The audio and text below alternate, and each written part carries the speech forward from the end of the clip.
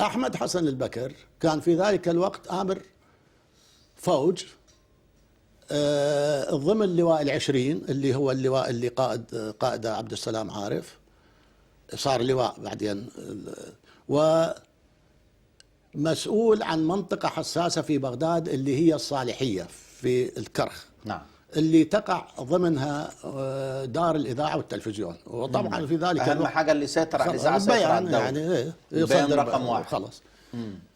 فمن الصدف أنه ليلة التنفيذ أو قبيل التنفيذ بساعات، دي كانت محاولة انقلابية. أيوة نعم.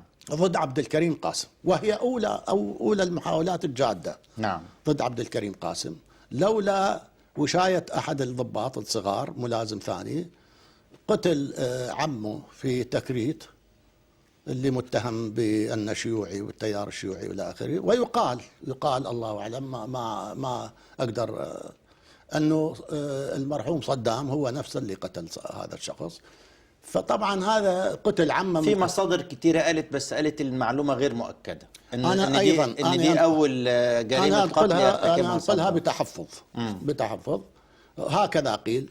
وليش أنا أميل لتصديقها؟ لأنه لماذا يروح هذا الشخص يوشي بالحركة، علما هو واحد من المتآمرين ضد عبد الكريم قاسم، هو ضابط في فوج أحمد حسن يعني البكر. أراد أن ينتقم من صدام، فينتقم لأنه أحمد حسن البكر أقارب صدام.